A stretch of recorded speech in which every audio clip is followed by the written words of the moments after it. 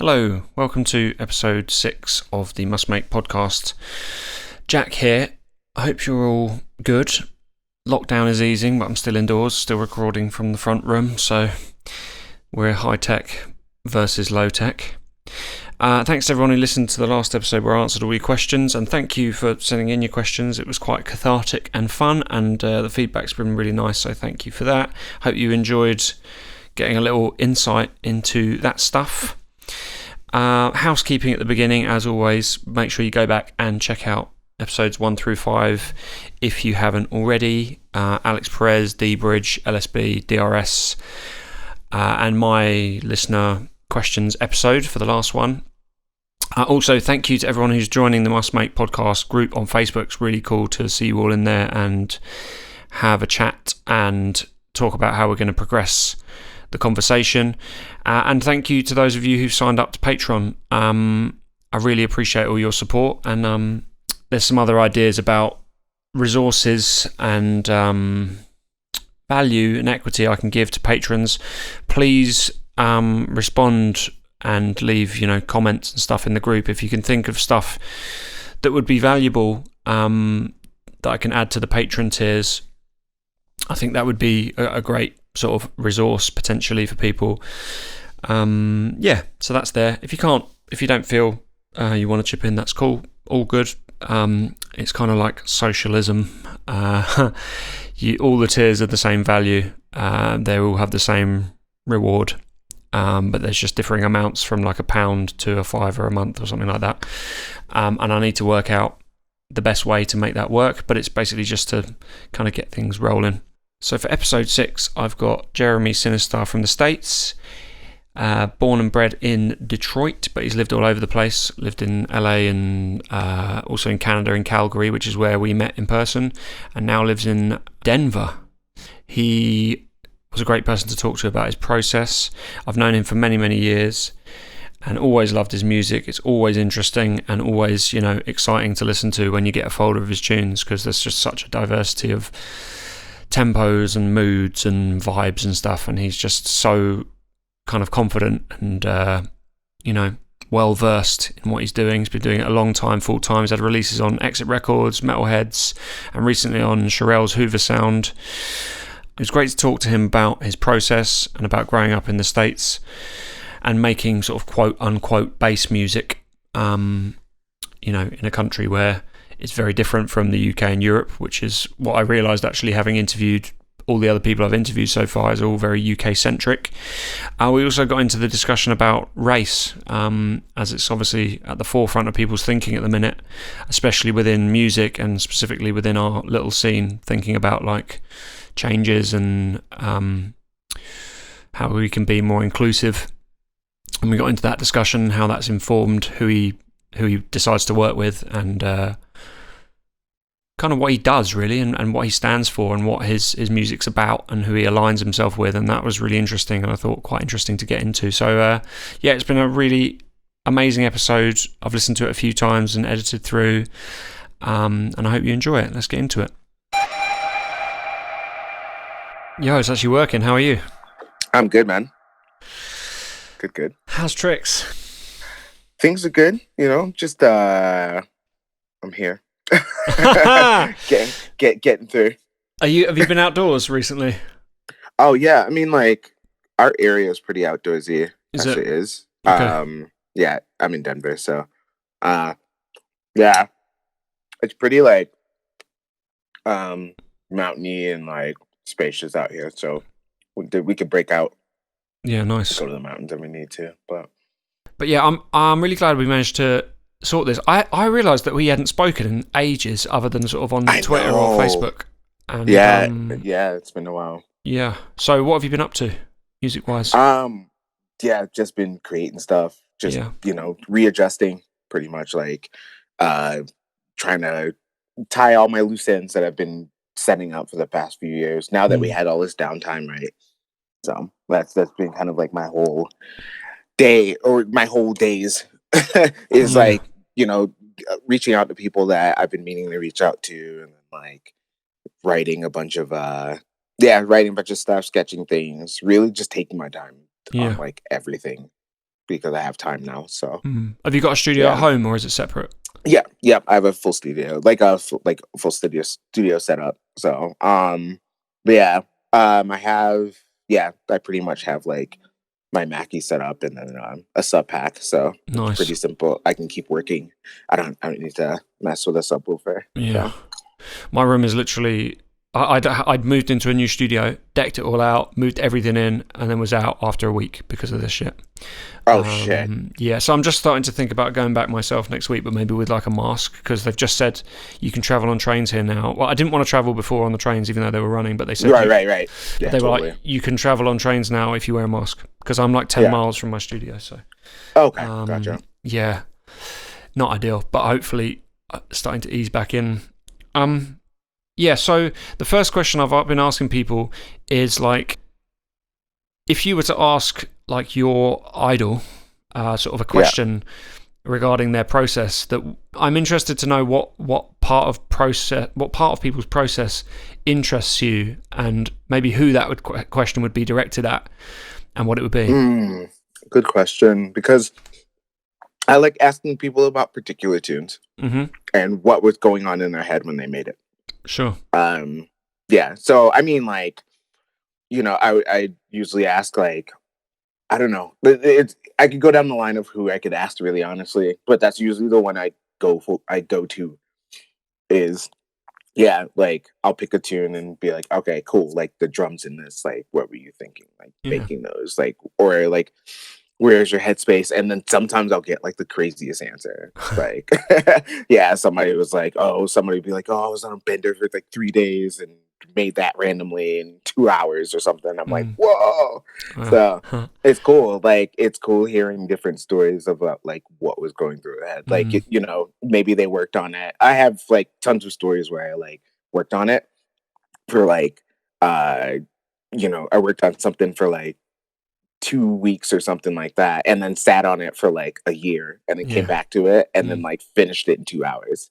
I have some crazy stuff like that where I like Garden was like a good one. I mixed that one down for like, I don't know, a good 6 months or something like that, and then like even after that, when it actually got signed, it took me another 3 weeks to actually like get that right, basically get all the mix down right and everything on it, or to how I wanted to hear it. So. Yeah, that speaks to like disconnection, doesn't it? Because it's like sometimes when you're in that moment of creating, it's hard to be objective. Whereas when you leave it and then come back, like I just found this project the other day of a session that I did with Dylan from the Upbeats. Okay, it came down to Brighton for one day, and we made this tune. I never opened the project again after. And then I just fired it up. I was just going through my projects and having a look what was in there, and it was just like, this is pretty sick. I just like, and you could just go through and just cut loads of, be really brutal with the edit because you're not attached to any of it. Exactly. That's super cool. Exactly. So is that generally how your process works for you? Like do you often have ideas that you go back and finish, or do you sort of often roll them out quickly, or is it somewhere in between? I like sketching. Like sketching has always been a thing for me. Like, I like being able to sketch everything, like sit there for like a week. I do like 2 weeks on, 2 weeks off. So they're not so much off in terms of like, I'm not making music, like these 2 weeks off. It's more like I'm setting more stuff up. You know what I mean? Like emailing and like just kind of getting in the headspace to do that. But then even in that time, like I'm still sketching more stuff. So when I'm back on for those 2 weeks to actually like finish everything, I have everything like at least set up there to a point to where I can like flesh out the idea really quickly. Nice. So I find it very difficult to work that way. Yeah, I know. I'm a little wild with it. Do you make music full time? Because you were working when you were in Calgary, right? No, I was full time basically there and here. Yeah, I've been full time almost. Next year will be 10 years. Wow, cool. Nice.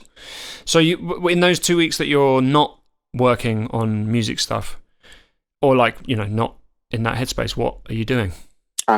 Emailing more people, gaming, like listening to more music, basically. Making mixes if I need to.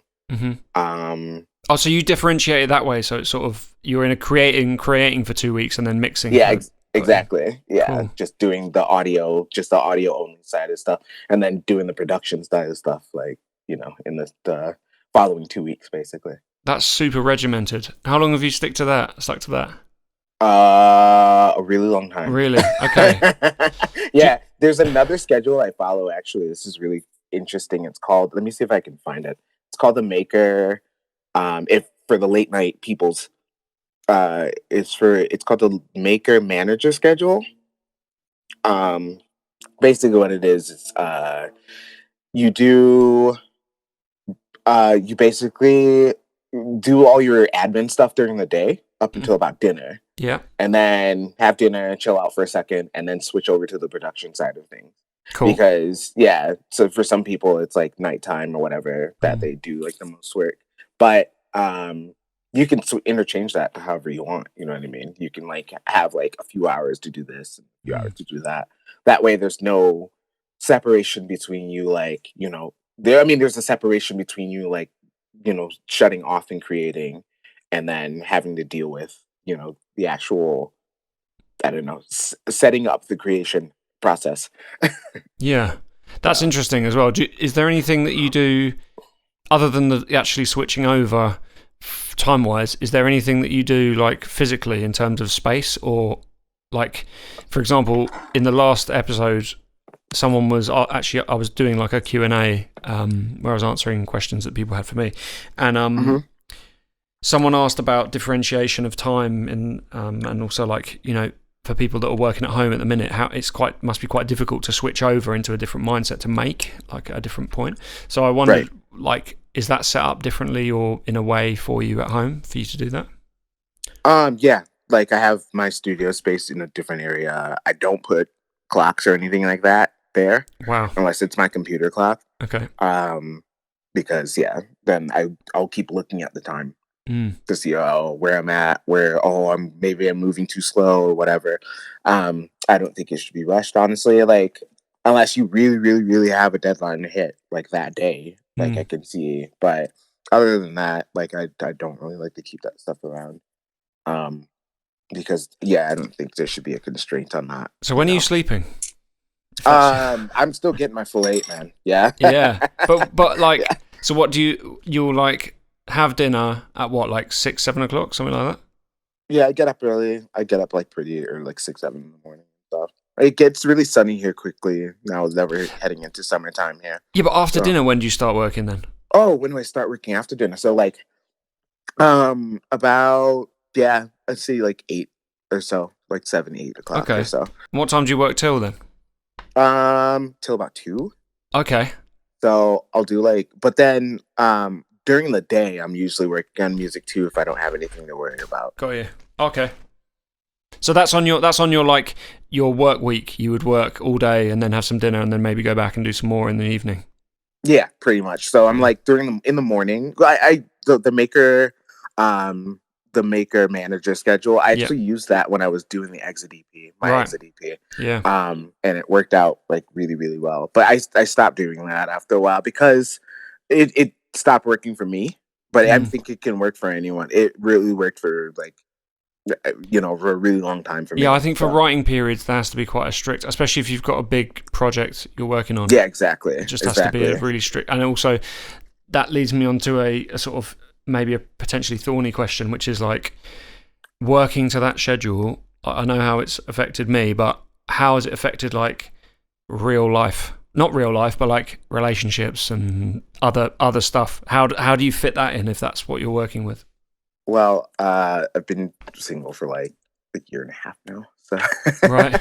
I've been kind of I don't know. It's just been chill, really. Like I don't like. It's a weird question because I don't know. I'm to myself. Yeah. Okay. I pretty much kept to myself right now. I mean, it's not nothing weird, like awkward or anything like that. But it's just like, oh well, sure. I'm by myself, so I have a lot of time to like be able to like walk downstairs and like get to work, or if I want to like I don't know, do a bunch of other things before I start. And it's I don't know. I'm pretty much, like I said, I'm pretty much open, and I can pretty much start a music whenever I feel like. Nice.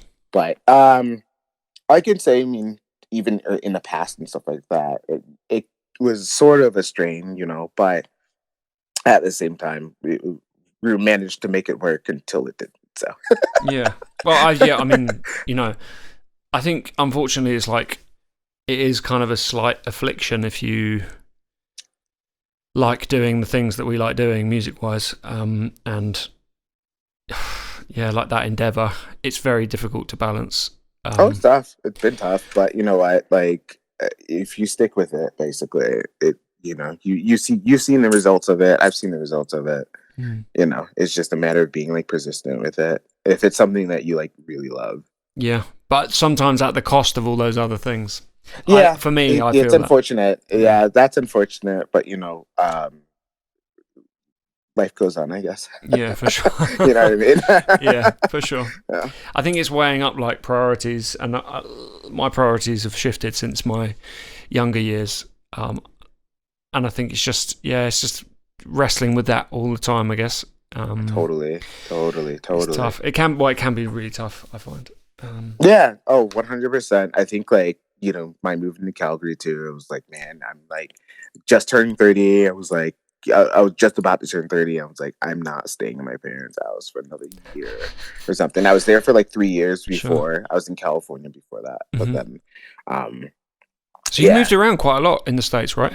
Yeah, I moved to a couple different places, but then I moved back to Detroit for a bit, and then went to Canada, went back to Detroit for like a few months, and then I was like, you know what? Let me come out to Denver. Yeah.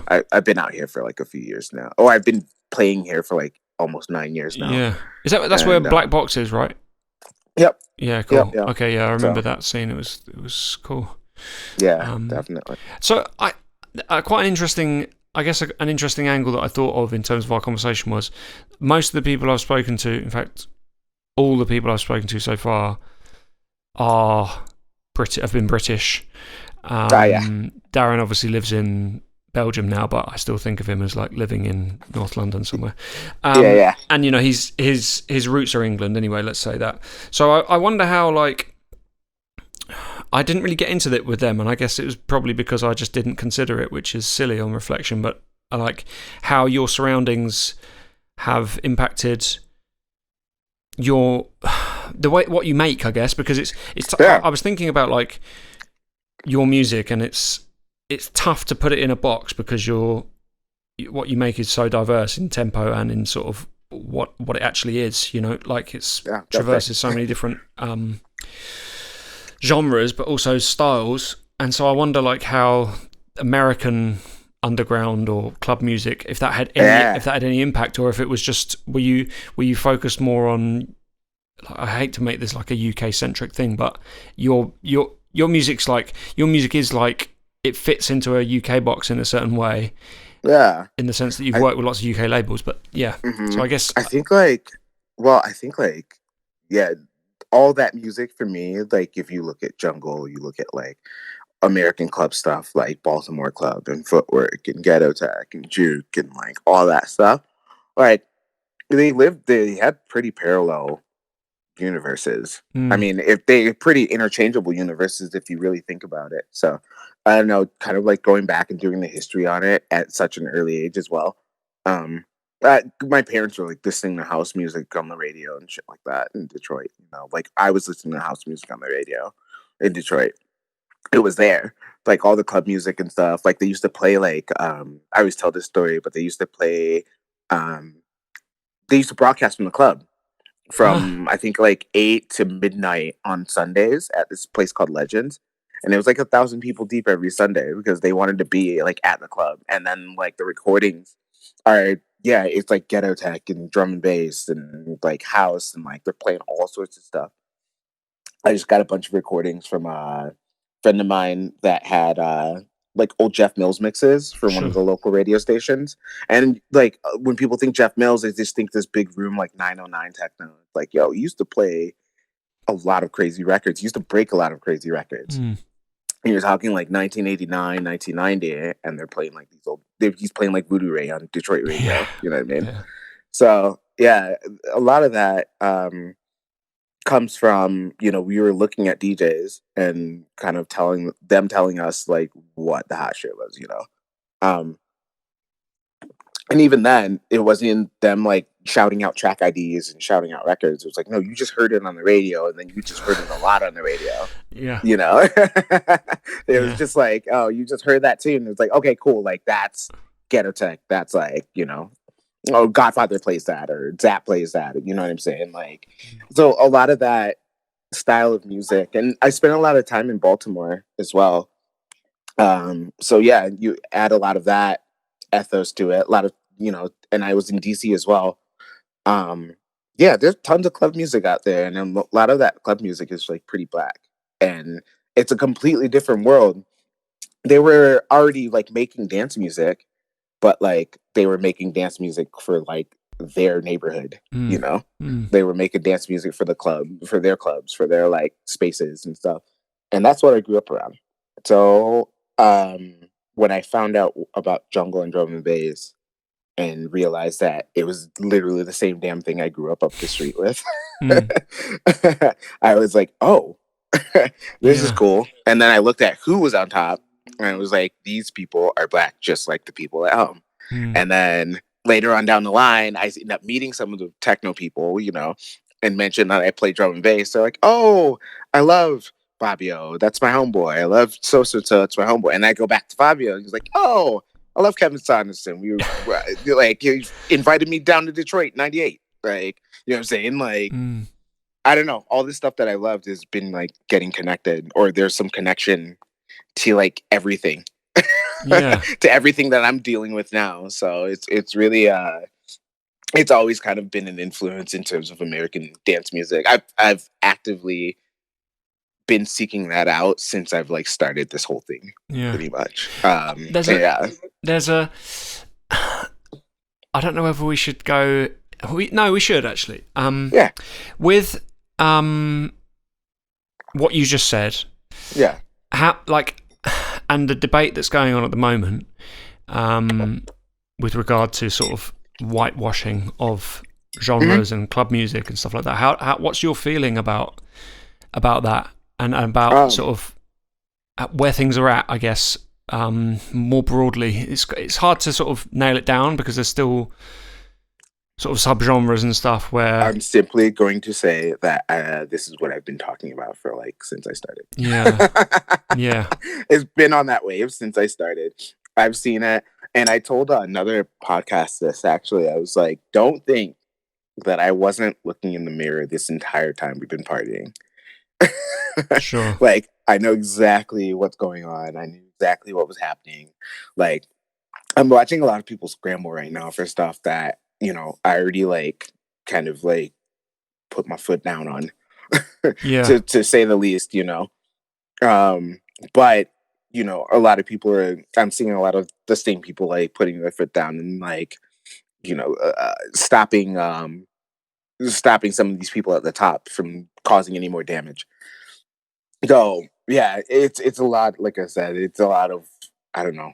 It's a lot of what I've talked about with my like black counterparts and like in dance music in general. Like, you see Chris out here, like you see Chris in Perspective out here. Like, he's not saying anything we haven't had like dinner over, Yeah. Yeah, he's not. Everyone's like, wow, I had no idea. I'm like, dude, I had all the ideas. Like, he told me the ideas. Like, he told me like everything that was going down. Like I don't know. No one's low here. No one's like, oh, there isn't anyone that I haven't seen pop up that I'm like, oh my god, like, this person's like new, like, there's always, like I said, it's all connected. Everything kind of traces back to something or someone. So it's, I don't know, it's interesting to kind of see this.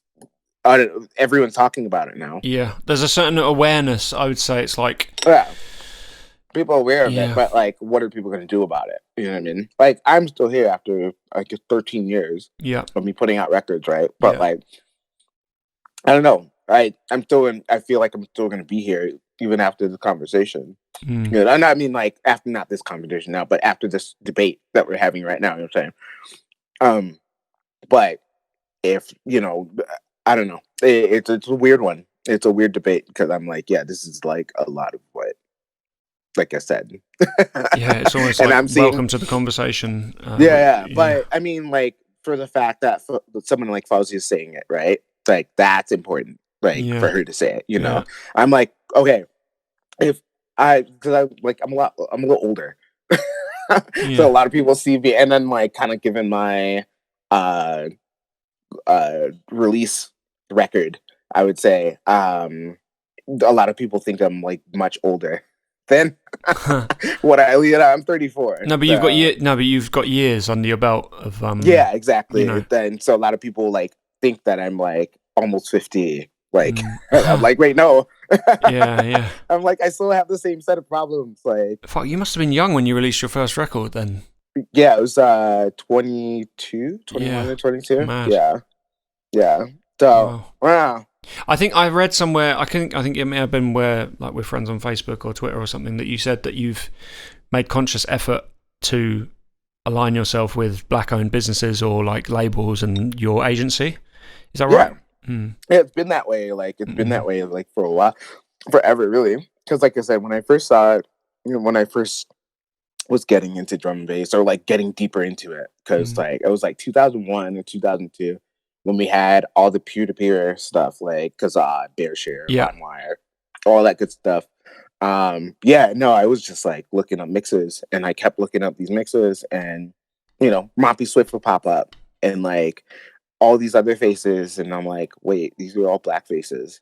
I'm like, this is interesting. And then I got into like Renegade Hardware and stuff like that, and then it turns out they're black owned, and I was like, wow. But it wasn't like I was like actively looking. I was looking for a Google image search to see who runs Renegade Hardware. You know what I'm saying? It just happened to be. Yeah, all this just happened to be.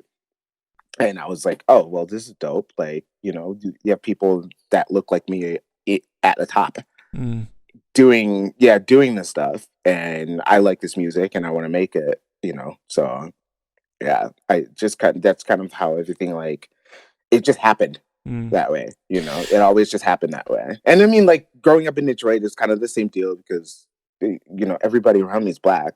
The city's like 83% black. Like, your doctors, lawyers, dentists, whoever, like, yeah, they'll probably be black owned. So it kind of like comes with the territory for me to like look for that, or to look for that kind of in passing.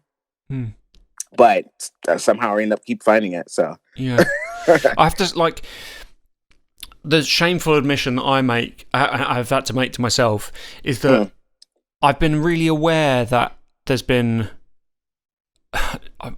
just like more and more people look like me, so just like white blokes, right, who are kind of leading or like are the face of, and I've been aware of it, but it's only when this discussion's really focused in on very specifically our scene that I've brought that more into my thinking about the general homogenization of club and specifically drum and bass music and our club nights, and what I think about what's making things a bit boring in terms of like ticket prices are too high because fees are too high, I think, and that excludes a certain percentage of people who would make the demography and like breakdown of the people who are in a venue to have an experience far more interesting than just people who can afford to pay an inflated ticket price.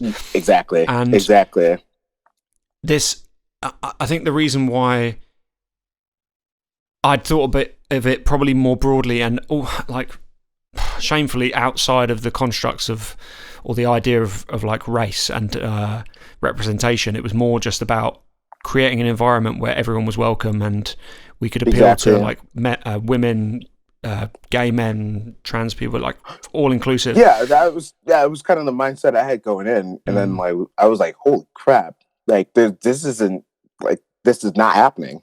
Yeah, but it used to, and I have to say, like the times that I've played in America, there's been certain times I've played in certain cities where I've thought, fuck me, this is probably what drum and bass used to be. So you've got, like, I remember playing a really small club in Atlanta, and it was just like oh my God, the sort of breadth of people that were in there. So it was like 50, 60-year-old biker dudes with big white beards and leathers, and then right through to like women in like Daisy, not Daisy, what am I trying to say? Short shorts? No, just like, what are they called? Fairy outfits. Oh, and it was just so broad, and, you know, all sorts of different people, all sorts of like, you know, just diversity basically in a room. And I remember thinking to myself then, I was like, shit, it's just not like this really at home or like in Europe. So I'm like really intrigued by the fact that we're now having the conversation, and I'm intrigued to see and try and be part of what's going to change and what that can look like. Just because I just think, like, in terms of like actioning something that can actually make a difference. If you think macro, it's not going to do anything, but micro, we can control that a bit.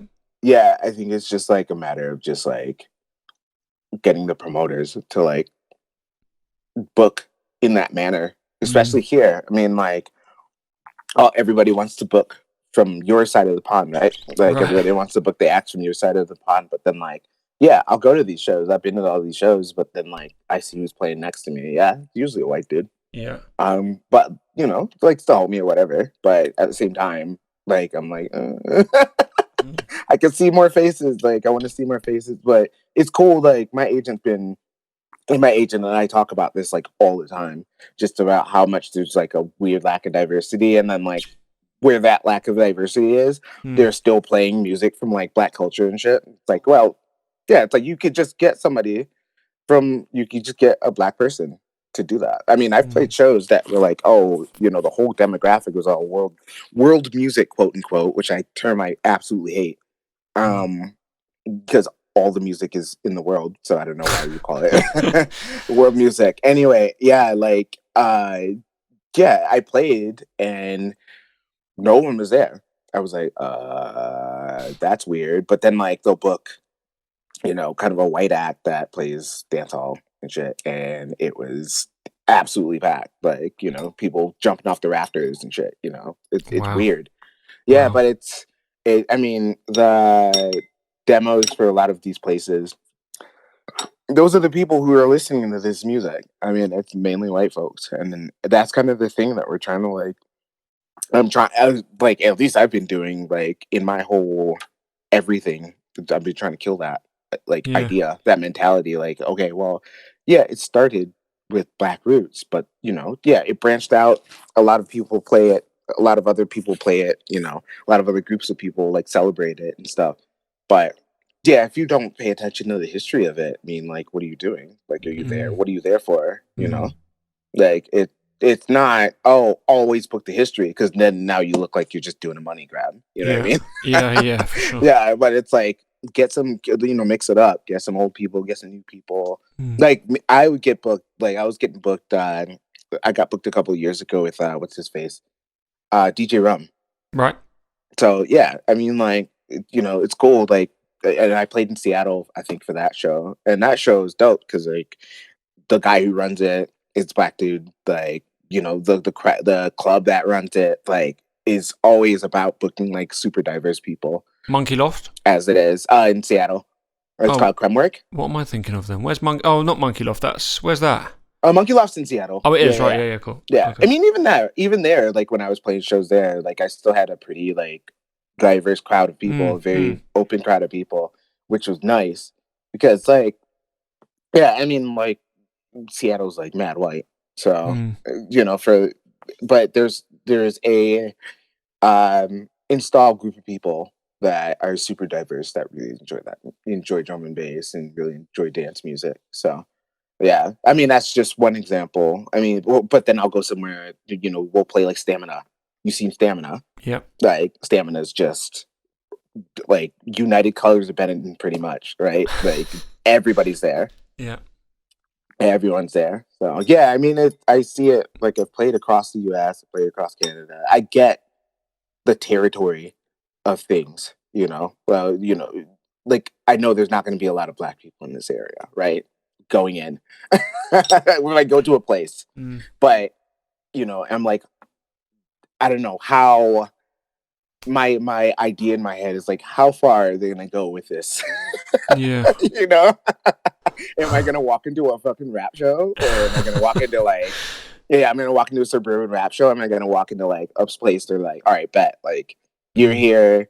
We love your music. Like, you know, we want to make you feel as comfortable as possible as a musician and not like some token gesture for booking you. You know what I mean? And that's not been the case with me where I've been booked as some token gesture, like at all, since I've been DJing. So yeah, most of the people that, like all the promoters been hitting me up. They're like, no, we like what you do. We want you to come through, you know, not, oh, we need to book a black guy. So here you are.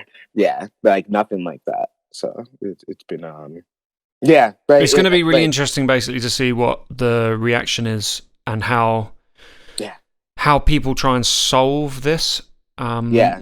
Because I think, like, I can only speak for myself, but I see like one side of it is that if you don't feel represented by the people at the top, why would you feel included? If you went to a club and there was no one who looked like you might feel a bit, or no one performing. Yeah, you know, and but then how do you bring people, a diverse selection of people through to be the ones who are on the stage if they never get through the door in the first place because they don't feel represented? So it's on that, I want to shout Steve Fury out here in Denver because I don't think I've been in the same room as the Noisia guys before, but it wasn't until he was like hit me up. He was like, "Hey, I need somebody to like book me or to play, to open up for Noisia. Like, are you down?" And I was like, yeah, I mean, it's up the street, you know, here in Denver. Yeah. And so, yeah, no, popped in, played an hour. He walked in, heard me, and he's like, yo, this is dope. Tyson and I've been talking since then, you know. Wicked. But it's like, you know, things like that need to happen. It's like, yo, Steven booked me because I was like a black DJ or whatever. No, he booked me because it's like he knows me. He knows what I do. Yeah. And did it, right? Yeah, it's a lot of the people that have been doing that for me is like, that's the case, you know? And I want that same opportunity for people. And like, with that being said, right, like I played the set, everybody was into it. I get a message on Instagram the next day from this guy. He's like, yo, I didn't realize that there were like, you know, a lot of black folks in DMV until I saw you up on the stage. And then he did his research on me and shit. He's like, yeah, I love your tunes and stuff like that. And I was like, yo, shouts to you, man. Because like, that's the stateside mentality. There's just like, you look at who's on the top in terms of stateside stuff. Yeah, I mean, it's been mainly white folks. So yeah, but I don't know. It's interesting to see the shift now, where, yeah, the black people that are here, making drum and bass and making like fast tempo dance music are getting the recognition that they were looking for. But yeah, like I say, like you were saying, it's important to see that though. It's like I'm hitting some of these newer black artists up and they're like, whoa, and I'm like, see, that's kind of dope though. That's like, if that is your reaction for me talking to you. And I think if it's as, yeah, I mean, that some of the things I've been thinking about are like simple, like making sure you're sending your music to a really broad group of people, like first, straight off the bat. So you're giving people, always, because if like there's so much equity in new music, and if you can give some of that to people who are sick at what they do, but maybe don't get as much recognition or haven't quite built a platform, then you can, you know, that's the first and most simple one, I think, is just for people who are making music, our sort of music, where send it to everyone. Yeah, and just keep it really diverse. Because you never know. You never know who might be playing it. Exactly. I went to a techno party with Truncate. They ended with that hospital tune. What was it? The police and helicopter one. Oh, okay, yeah.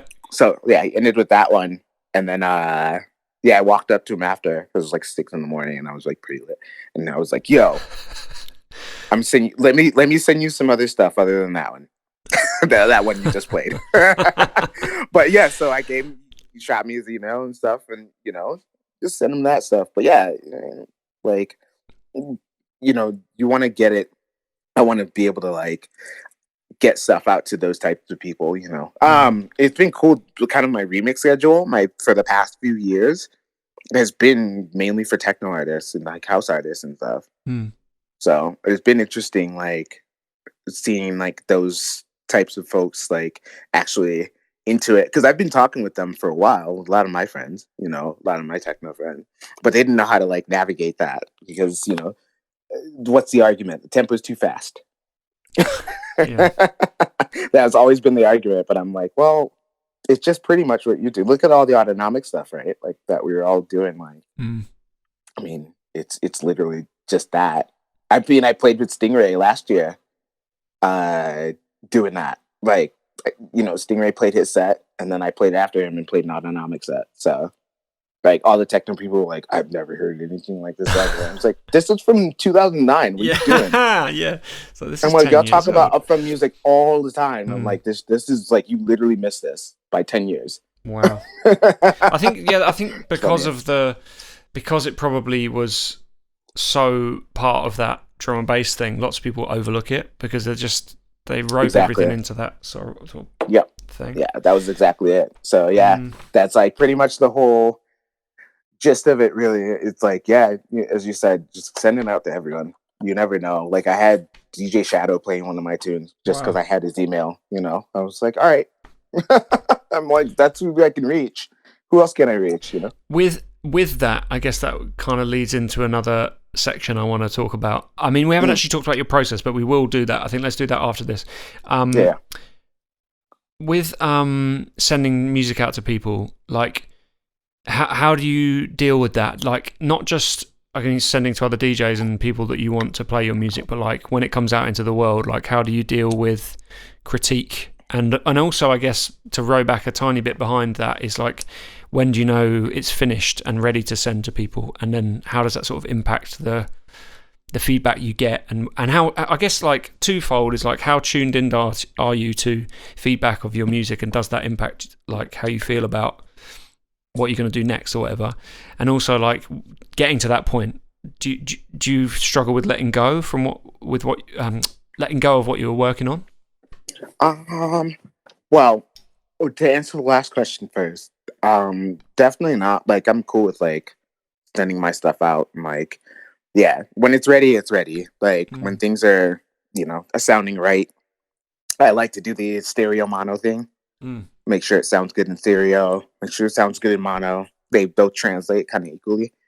Yeah, once that's good, once that mix is good, I pretty much can send it out to whomever. And I use like everything, like whatever I've furthered my conversation with you on. If you're already sending me links on Twitter, then we'll do links on Twitter. You're emailing me stuff, I'll email you stuff. I'm pretty flexible. You know, we all come from the AIM days, so. So yeah, we all come from the instant messenger days. So yeah, it's easy for me to just message people and just email out things. And do you find like critique difficult? Do you ever read your own reviews? Oh yeah, I definitely do. But no, I don't. Like, honestly, don't. Like, I don't take it to heart because I'd be done, I think. If I was like fretting over every single record that I've like put out, you know. But I think the breadth of what you make actually does speak to a like confidence in what you're doing, because I think I'd struggle to put out stuff that wasn't. I mean, I think within the spectrum of drum and bass, I've always made quite broad stuff, but certainly not so much outside of that. And I feel like that unpredictability of what this thing might be, I guess actually the label that it comes on can sort of speak to. Yeah, I think the true level of polarization that I think I've ever achieved was or where I was like, oh my God, what am I doing? Was the Metalheads release. Yeah. That was like 2011 or so. And obviously Dogs on Acid was a thing. And oh boy. What was it about that? Someone had posted a link and then started with the opening line was, and it's funny too, before I say this line, because he like champions my stuff all over YouTube. He goes, oh, I don't like this at all. And then it's just like, I like it, I don't like it. Like literally it was 50-50. Yeah. Right down the middle. and I've never had a track that was ever 50-50. But then part of me, yeah. Do you try and do that? No. No, I'm just making stuff, right? Yeah. Like, and people are either really into it, and then people are like, but this one was like particularly crazy because I was like, damn, I'm like, up until that point, I didn't really see crazy negative reviews, but it was like, good, but not my thing. Which is like, hey, that's good enough for me. Yeah. Okay. You know? But yeah, this one was like, either, this is on Metalheads, gross, or, oh man, this is so different. Metalheads is amazing, like da da da da. So I just, me being younger, it's like, it's kind of my first big record, and I was like, whoa. Yeah. It was trippy to like, I don't know, actually see honest reviews like that. Fair. But I think also to like evoke a strong reaction one way or the other is almost better than just people being like, it's all right. I think and I've just, not that I like, I think I said in the episode before when I was answering someone's question, but I saw this like, what's his name? Rick Rubin thing, where he said like, he said something like you don't serve your audience best. You serve your audience best by ignoring them. So it's like, because if you're just tuned into what people are feeding back, then you're just gonna sort of make more of that. I don't know. Exactly. And you're wrapping your head around one record, and it's like, well, okay, are you one record, or are you like a whole body of work? Like, was this your lead up? Like, I kind of think of it to people that play festivals. Or for the first time, like they're so excited they finally play it, and it's like, all right, well, what are you gonna do after that? Yeah. I'm like, you did it, like you hit the top, but you have to like go down the mountain. Like at one point, and you have to figure out what's after that, or go to the higher peak. So Spotify gives that horrible feedback loop as well, because the ones, for example, the most musical stuff I've done as Workforce has always done best on there. Same as Spectrasoul, really. Actually, the tunes that are more like musical, quote unquote, always get more listens, and so that feedback loop sort of means that people might be looking at that and going, okay, so people like that one more than this one, whereas like heavier tunes that DJs play and sell more actual downloads, not streams, get very few streams at all. Yeah. And if you're too in tune to that, it kind of fucks with your thinking about what you should do next. Completely. Yeah. So I think having having that idea of like being able to write songs for like, both the club and to listen to is like really important. But yeah, even with those club tunes, I like to at least make them so that they're a bit musical. Yeah, so they're digestible at home. Like there's things about them that are sort of... not like watered down or anything like that, but like just some of the music I grew up. Well, a lot of the music I grew up with was at the club, and then like we were listening to it at home anyway. Like especially a lot of local stuff, a lot of local Detroit stuff. Not so much just your standard house and techno fare, but all the Ghetto Tech stuff and everything. Like you put it on your house party, your cookout, whatever. Like that's kind of where my head lies in terms of writing tracks and stuff like that. Just like that middle split where you can do a lot of active things. I like that. Outside the club with it, Yeah. So what does let's try and get into the nitty gritty of what it looks like for you then to work. Do you always work the same in terms of like when you sit down, and are you purely in the computer, or are you some outboard and other bits as well? I'm kind of like I'm mostly in the box because I have a bunch of like native instrument stuff, and then like I have for outboard it's a lot of the handheld things. Like I have like this tiny bleep drum, it's called, from Bleep Labs. It's really nice. I wrote some stuff off the Exit EP with like some of those drum hits and stuff. Cool.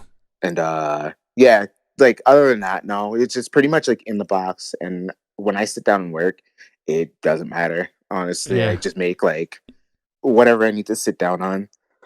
And do you just sit down and start, or do you have to be in a certain mindset, or like, are you one of those people where it's like you just put yourself in the seat in the best position to work and hope that something happens, or do you just only work when?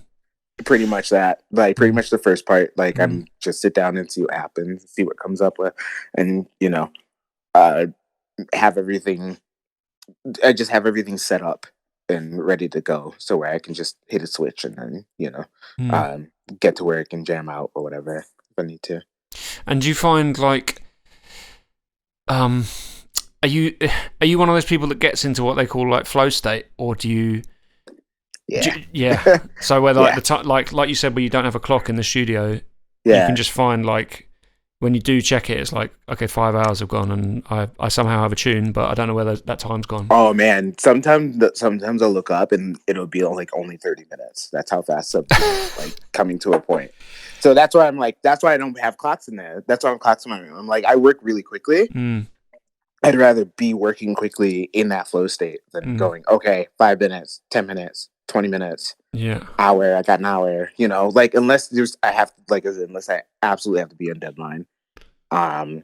That's the case then. But other than that, like, yeah, I try to keep it out of there because I do work quickly and I don't want to. I feel like if I do look at it too, then I'll just get lazy. Yeah. Because I'm like, oh, great. Okay, I did that in 30 minutes. I'm going to go watch a movie for like 2 hours. Yeah. So. Hear that. So do you work better on a deadline, or do you work better when you just sort of no time to stick both. to?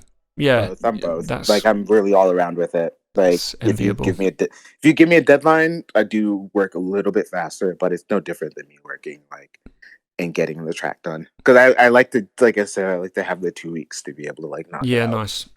Yeah, I find if I don't have a clear run, so if like for example I've had gig, like not that we have any at the minute, but say I've had a gig Saturday, Sunday in Europe, and then you get home late on a Sunday, I probably won't go studio Monday. I might just do some admin crap. Yeah, and then you have another gig on the Friday, for example. I've only got 3 days in the middle there, and sometimes I just don't get started because I'm like, well, I've only got 3 days, so what's the point? And I'm just better when I've got a clear run in front of me, almost like no gigs. Yeah, exactly. So there's almost a big part of me now that wants to get stuck into a proper project and get back to the studio. Yeah, I mean, like when I was playing last year and stuff like that, or when I was playing leading up to this, like, I had some, I deliberately had gaps in between things so I can be like, okay, cool, let me sit down. All right, boom, my bills are sorted, whatever, boom, boom. And then I can chill for like 2-3 weeks until the next gig. Yeah. And then, go do that. So I try to keep my, like, I don't know, I've come to a point to where I can like limit gigs and stuff like that to actually be sit down and work. But for those that are like, for those cats that are still traveling, like listening to this and stuff like that, or like, still having to go and travel a little bit more, like, it's try to like schedule that time that you want to do. I mean, that turns into saying no to things and stuff like that. Yeah. So, but if it's for the sake of like you sitting and writing music, I mean, that's where you start asking for budgets and stuff to come into play as well. So you can actually be able to sit down and work on those things. So. And what do you like? Do you have any sort of tried and tested? I'm sure you don't, because no one seems to. Tried and tested things that you can do when you hit a brick wall and nothing's happening. There's a few things actually. Like, definitely go outside. Okay. Definitely like go walk around, like take a breather, do anything other than sitting down and trying to make that track. Honestly, I would basically like I pick up the sticks and start gaming and stuff like that for a little bit. And because I play like a lot of old stuff, right, and a lot of older games like NES and things, because I can pick those up, play them for a little bit, and then drop them. I don't need to be there for like 4 hours doing the same repetitive thing, right? Sure. So it can be addicting, but at the same time, I'm like, oh, okay, good. I think an hour and a half, or whatever, is enough time. But yeah, I think that's important. Like, it sounds like you don't struggle with writer's block very often. Yeah. Sometimes yes and no. Like, it comes and goes really quickly. Yeah. Yeah, I'm trying to like that. I think that's like where that's why I like remix a lot of things. Yeah. I like to like have the actual productions like few and far in between now, because I think I had enough out there for so long that, when I actually like put stuff out, it can like count. It can Yeah, hit. yeah, for sure. Yeah. But I think also, I guess, with the fact that you don't make one tempo, it means that if you are like I've had this before where if I'm bored with drum and bass stuff, I can start writing something at a different tempo, and then often that will turn into a drum bass tune, even though it was written at like totally different tempo. Mm-hmm. But but only because I don't think of. For me, and only for me, I can only speak for me, and I don't mean this about any stuff that you've made that's not drum and bass. I just mean that it doesn't have as much value to me if it's not in it's not like a utility to me unless it's drum and bass, you know? Yep. Yeah, because I totally hear that. I'm just not set up to play anything but that in the gigs that I play over here, and it's not. The crowds here are just not as open-minded in terms of. Oh, I know. In terms of like playing right across the board, you just. Yeah, they don't want that. Yeah. They don't want that. That's I get it. Yeah, it's because it's much different here. Because dance music is now becoming a normal thing. Yeah. It always used to be a subcultural thing.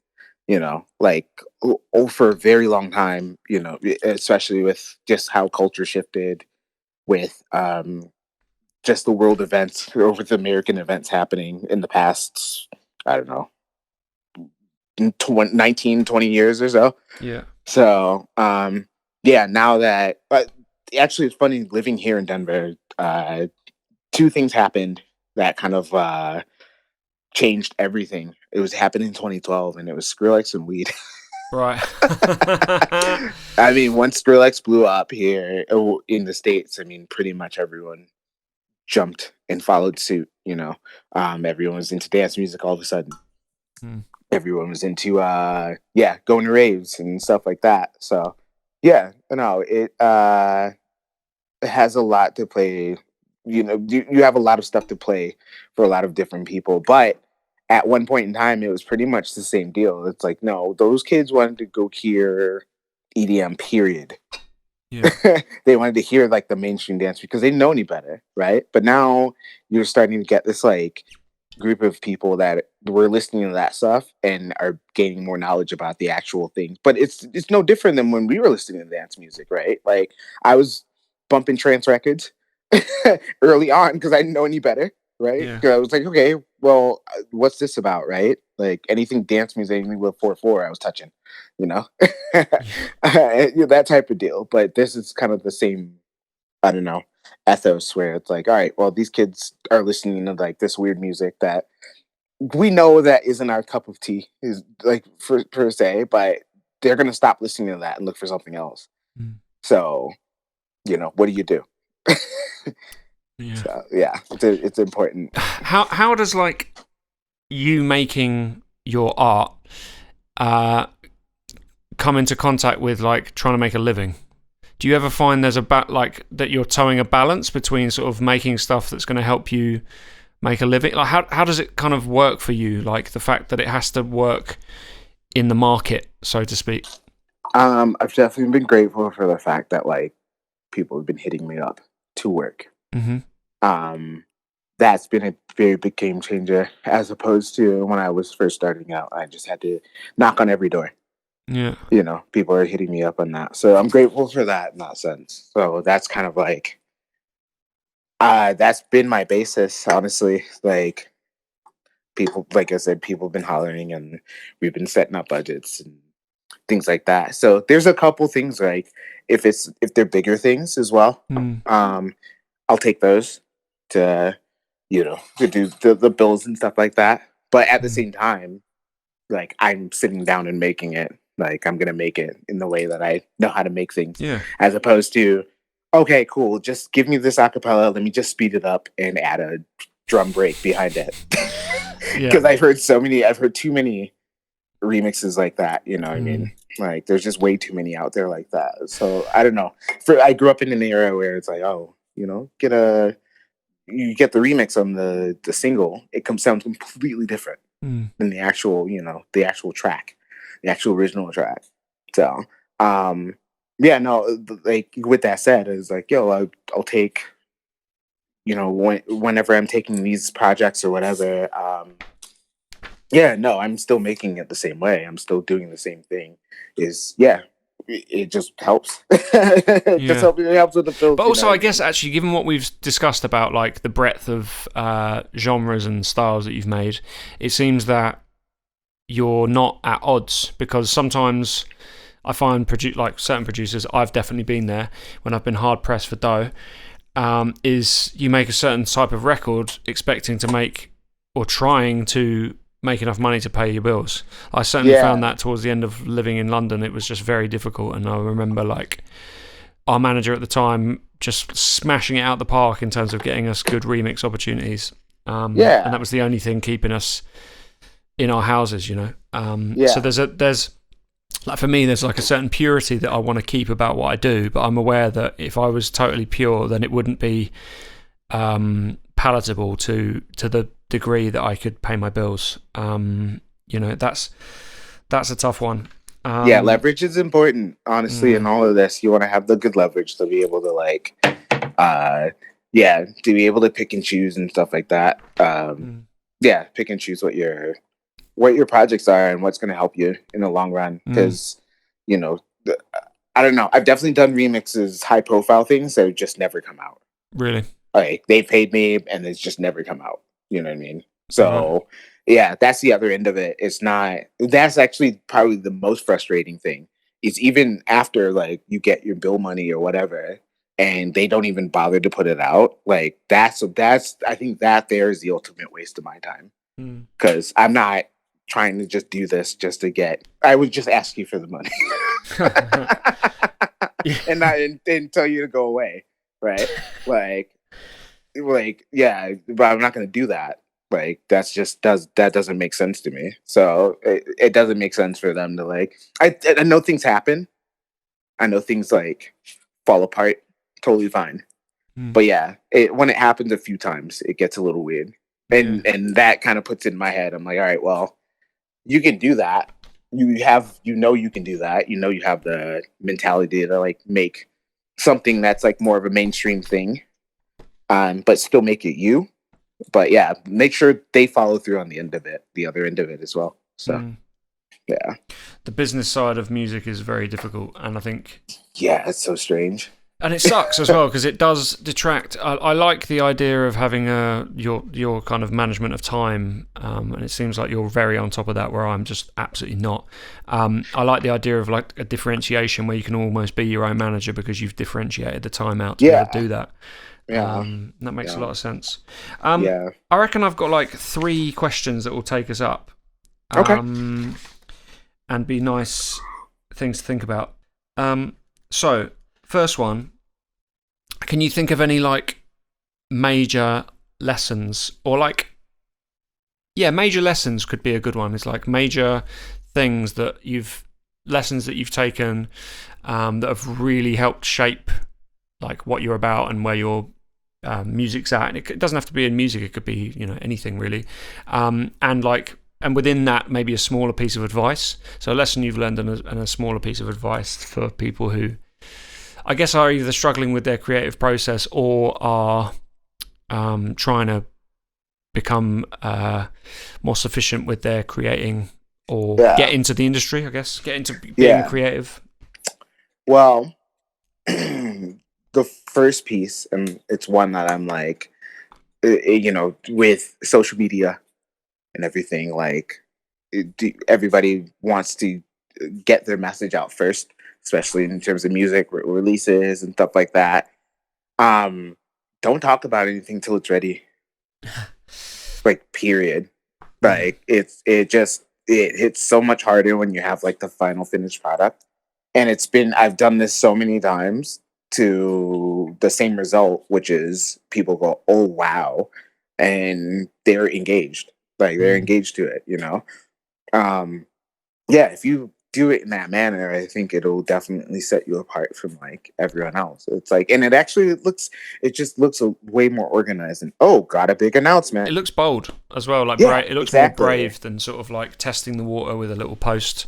It's like who's down for this, who's down for that. It's like no one cares, just post. I was watching 30 for 30, the ESPN thing, and there was this coach on there, and he said the funniest thing. He's like, don't tell me about the labor, just show me the baby. I was like, Nice. It sounds like a responsible husband. Like, would no Yeah. No, I'm not coming in. Don't show me the labor. Well, show me the the documentary was about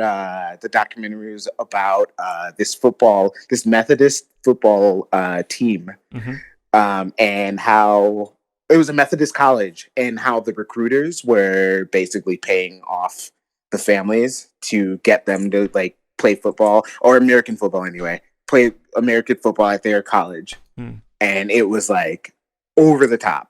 Like it got so bad to where they basically killed the entire football team, like got rid of the entire football program. Wow.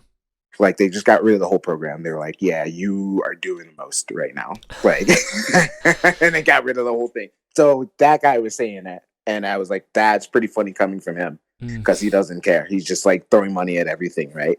But yeah, I think it goes in the same way with like announcing things. Yeah, I think it's like, important. It's like I get the process. Like, when I was talking to so like I did one of these with DRS, and he was just, I mean, I think it's one of the better episodes. Not that I'm proud of all of them, but the one with Dell is particularly good, because I think he's got such an understanding. You can tell he's just got such an understanding of himself, and about the way he likes to work, and what he's wise, you know, and he said some kind of similar things. It's about like knowing who you are and what you're about, and being honest about what that is. And the quicker you can get to that, like outside of music, within whatever you're doing creatively, or whatever you're doing in the world, it's like you're going to do everything better. Because it totally helps. You're like, if you think you've cracked something and you're like the best in the world at it, then that's when you're done, you know. Like, yeah, exactly. If you start getting like overconfident, basically, I play a lot of Tetris, like a lot. Do you? Right. Yeah, tons. Like I've been playing since I was the Game Boy version or whatever. But that has a lot to do with it. Like when you're on like a high level, you're moving really quickly. Like, you know, you can't get too confident in getting your moves, because then it just keeps getting more random. The pieces just keep becoming more random and stuff like that as you go along. And after a while, you lose. Like, because it's similar. It's like, you get too confident, you get too ahead of yourself, then somebody will come that is not, and basically sweep the legs from right under you on it. And you wouldn't realize that. And then that's when people get angry and jaded and bitter and stuff. It's the more that I've had these conversations, actually, you sort of realize that so much of getting ahead is actually meant like the mental aspect of it, and sort of confidence and understanding and getting. I'm not saying I'm doing any of these things to like any great level, but I'm just more. I guess I'm aware of them. But it's also like keeping your ego in check and all that kind of stuff, you know. Like I feel you. Yeah, no, totally agree on all of that, man. It's just making sure your head's to the ground, your head's down, and your eyes are open to see what's going on. And that kind of leads into that. The other piece of advice is pretty much not everyone's your friend. Yeah. Sure. I've learned that one very quickly. Wow. Like, do you mean like people who act like they are but are not? Just they want something else from you, and they want other things from you. You know, they, especially in the music thing, it's like, all right, cool, like you'll get, you know, X release on big X label or whatever, and then they'll get that from you and they'll never talk to you again. So I've seen that situation happen before, to where they're kind of using your name for capital and stuff like that, and that can be a problem.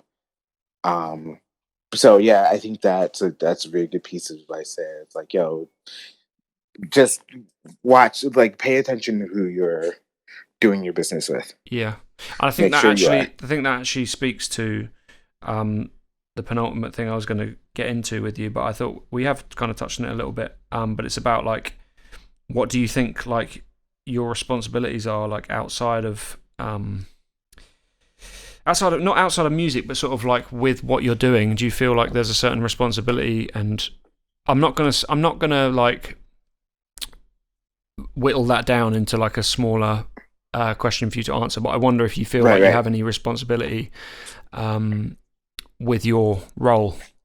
Yeah, I mean, just making a statement, honestly. Like, I mentioned a lot of my position in this whole thing. Like, I'm a black DJ a black American DJ that's spinning dance music, not spinning rap or anything like that. Like, I'm making a completely different genre from a completely different country, than my other counterparts from Detroit. And Detroit has such a crazy history in itself, and it's so parallel, like I said, to what we do, or what the UK does, I should say. And just being able to tell that story, how there's a connection here, especially in the tempo that we both do, or in those tempo ranges of what we do, it's important, I think, to me anyway. So I love the history of just dance music in general, and I don't know, I like to play the history of it, rather Cool. than than talk about it so much, like, all the time. It's like, oh well, even my Represent mix I just did, that covered about 30 years of dance music. You know what I mean? Yeah. So it's like, yo, that's important, and I covered everything from house up to drum and bass. Cool. So yeah, I think, like, being able to tell the history of it, especially to this new younger audience, is pretty big responsibility. Yeah, it is, and I think actually this speaks to what we were talking about earlier about macro and micro. Like, there's small battles and small responsibilities, which is like the one you just, like thinking about making sure you're educating your audience.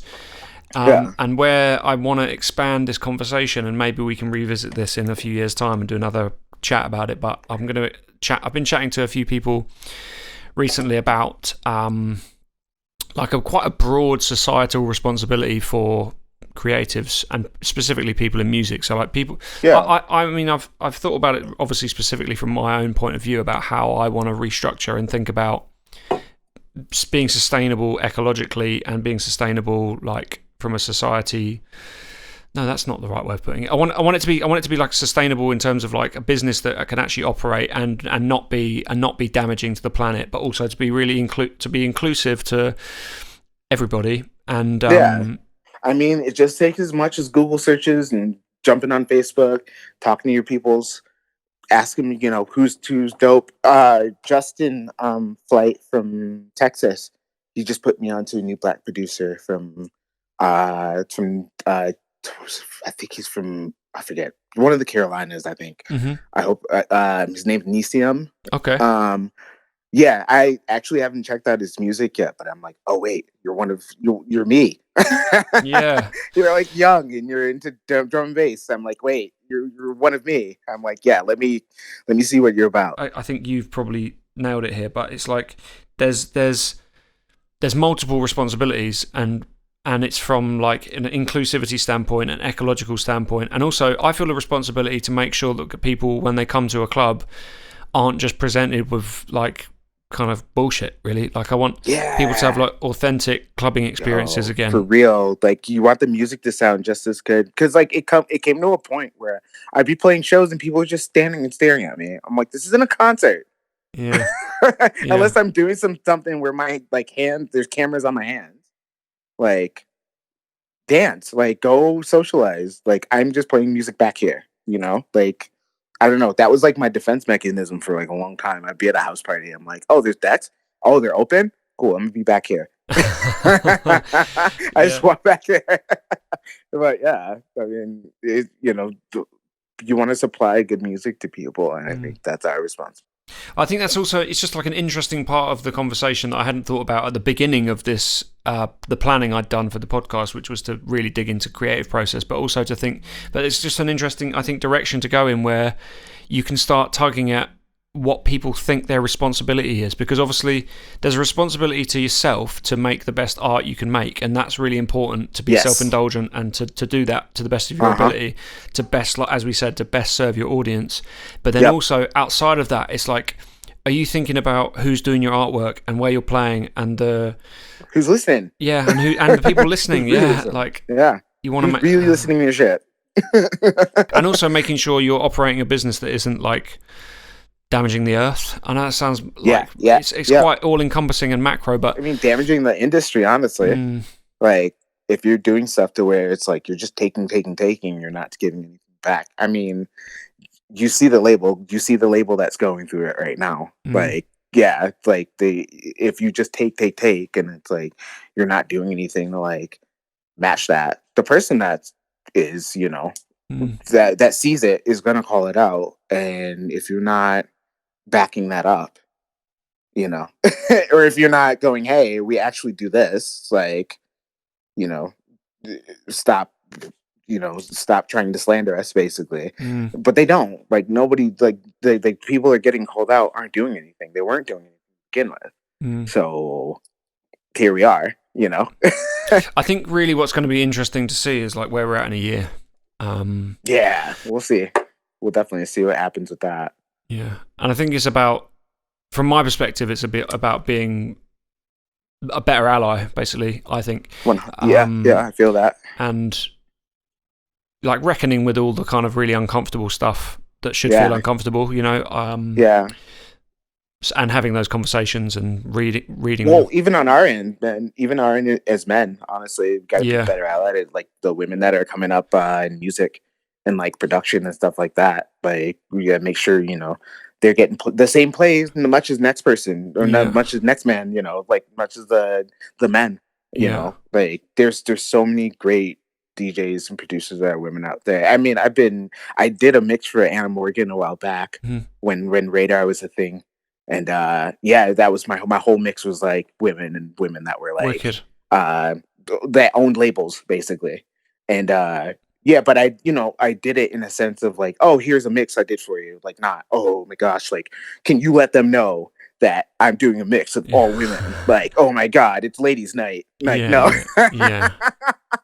Like, I'm done. Like, I'm done off of that. I want to play like good music by these group of people, these group of women, and that's just how it's going to go down. Well, you're basically you're more aware of your responsibility then, and or you feel it in a way that maybe other people hadn't considered, myself included. Yeah, it's more of an action thing. Just do it. Like, don't even sit there and like try to like process like how you're gonna like say it or like how you're gonna present the mix or whatever. Just like list it as it was any old podcast or any old like mix series or whatever, and then just play the tunes, because then people and list the track listing. And then when people see it, they're like, oh, wow, like, these are all, like, Black producers. Like, dope. Like, I can, like, look at these people. So when people talk to me about it, I can probably just hand them this whole mix and be like, hey, check these people out. Yeah. You know? That's the best way I've gone about it. That's the best way I tell people to go about it, is mix it the same way, play these tracks the same way that you would play anyone else's tracks, you know? Like, that's kind of the point with, like, all of it. Like, we want to be inclusive. So the best way to include it is to include it in the most normal way you know how, you know. Just play it. Play the tunes. Rinse it. Like, you know, tell people about it. So that's how the word spreads around. And it's like what you said earlier about this needing to be intersectional. It has to be. Like, I mean, I know the history enough of dance music to know how like diverse it is. Yeah, it still is. And then, you know, there's like still such a diverse audience, and it's different for me in drum and bass, and that's kind of what I was touching on, like, in terms of the American side of things, because I have to work like triply as hard to get that. You know, a lot of people didn't realize I was from the States, and then it didn't. No attitude changed on that or whatever, but it was just like, oh wow, like, yeah, they thought they were gonna like be snapping me up in the UK and stuff like that. Yeah. I didn't play London until like 2014. Wow. Or something like that. So, you know what I mean? But I think that's because and this is symptomatic of the label thing, is that like they don't want to sign necessarily someone from the States because they might not be able to chuck them on their lineup in London easily, for example. I'm not saying that is the case, but it could be, like, definitely part of the thinking. That's basically like kind of that was kind of the ideas I had in my head, but I was still like, still give you music anyway. Yeah. So it'd be cool to have some stuff, like, you know, they were hitting me up about it and stuff like that. So I was like, cool, I'll make you some stuff. So Yeah, that's all good. But yeah, I mean, it's important. Like, uh, yeah, just to have a space for everybody to be able to do their thing. Like, there's so many great stories about um producers and DJs that are like trans and that are, black women and that are, that were around at one point in time. But, you always hear the story of Storm and Chemistry, which you should all the time. Like, you ever should be talking about that story. But, Flight's still here, Chickaboo's still here, you know what I'm saying? Like all these people are like around and stuff like that. And they've been talking inclusion. They've been talking like uh making this an everybody thing. Yeah. And yeah, I don't know. It wasn't. I could say it wasn't us that wasn't listening. Yeah. Yeah. And I think it does come down in our little world to not like if it's done en masse in terms of inclusion and stuff like that, no one gets sort of forgotten, if that makes sense. Because and this is where it becomes at odds with the market, like, so to speak, the money side.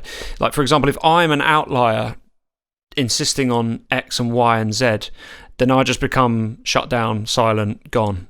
Right. And selfishly, that is no good for me. I mean, it's the right thing to do. It is the right thing to do, is to speak on it and to be the one who has principles. And I do have principles, but it's now seems like the time when everyone can move en masse and make shit happen. Yeah, definitely. And I think, like I said, just going back to what I was saying about the just taking action and doing it. Yeah, it's just a matter of just taking action. It's there's taking action and then positioning yourself. Yeah. If you really like understand what is going on, like it shouldn't even be an afterthought or anything. It's just do it. Yeah. But if it's something that like, you need some sort of nuance, you need some sort of like guidance or something, especially when it comes to this whole debate with race and intersectionality and gender and stuff. Yeah, talk to those people.